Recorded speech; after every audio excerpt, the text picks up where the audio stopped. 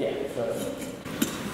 On the subject of boycott, divestment, sanctions, obviously the sort of neoliberal argument that criticism of Israel is anti-Semitic is sort of transparently bullshit. You can pass that, but the more like concerning criticisms of that are from people like Yuri Abduri, like the Israeli peace activists, who say that by targeting the entirety of Israeli society rather than just the settlers in the West Bank, you're actually furthering people like Benjamin Netanyahu and the Kurd by sort of consolidating Israeli society around that point. And I don't know if that's true or not. That's one of the more worrying sort of arguments against it. I think it's a more compelling argument. I don't think it's more. I don't find it more persuasive. At the ethical level, I think. So I'm not sure that that's what's unifying Likud, right, or the Israeli right.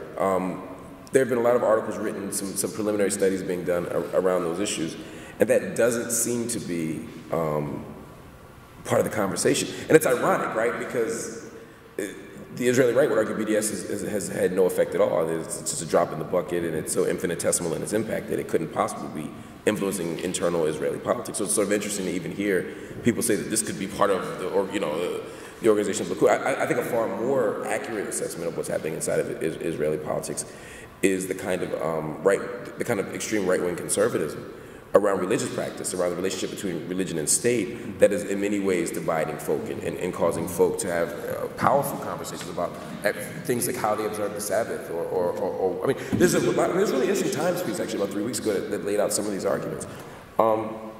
That said, I do think there's something to, I think at the ethical level, the question is it fair or reasonable, is it ethically upright to target an entire citizenry as opposed to just the settlers in the West Bank? And I think that's a question that we could actually think through and wrestle with.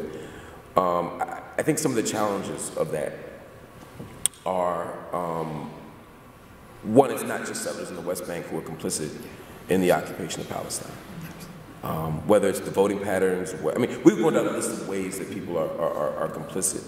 And even, I mean, Netanyahu isn't winning elections. If you look at who has the power in the Knesset, it's not a small amount of foreign settlers. I mean, the Israeli public writ large is arguing for this. And while opinion polls say that they want peace and that they would love some sort of peace agreement with Palestine, it's predicated upon very narrow idea of what peace is, and there's no desire for actual Palestinian state or for Palestinian reacquisition of land, for right of return, or any of the things that are substantive. So I don't really buy the argument that you're punishing the wrong folk, right?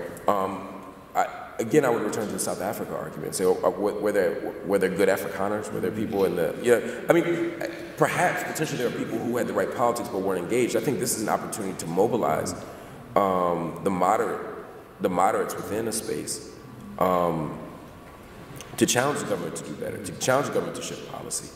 And I find it somewhat ironic, I don't know, that a nation state that has operated with impunity when it comes to collective punishment is now frustrated that they can't participate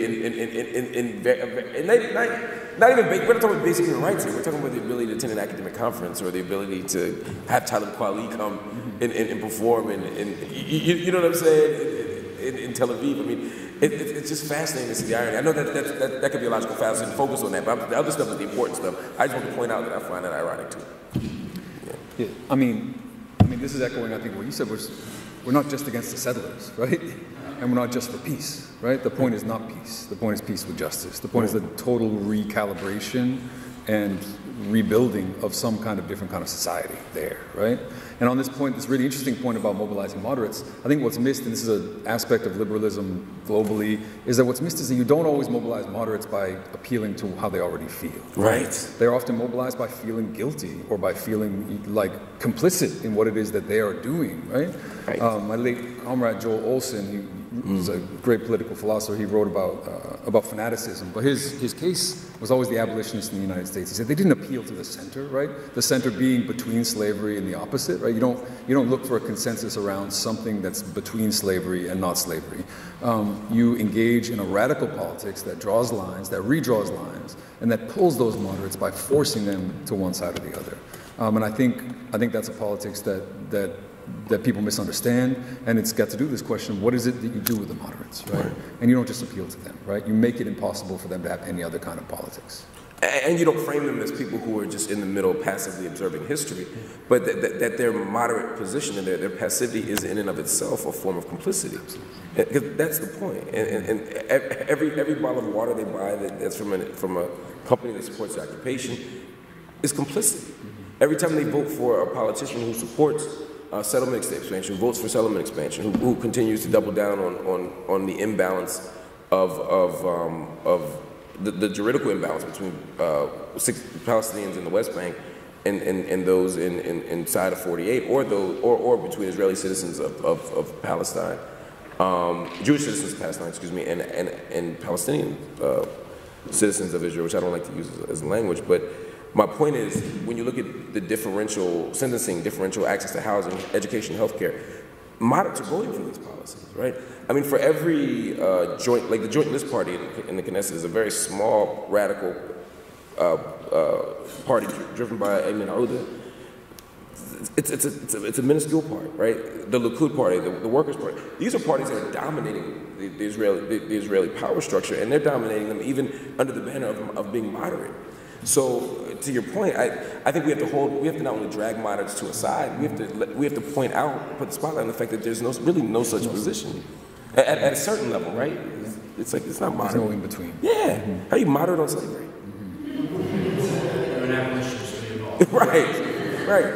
And if you're not, you're not, right? So. Anybody else?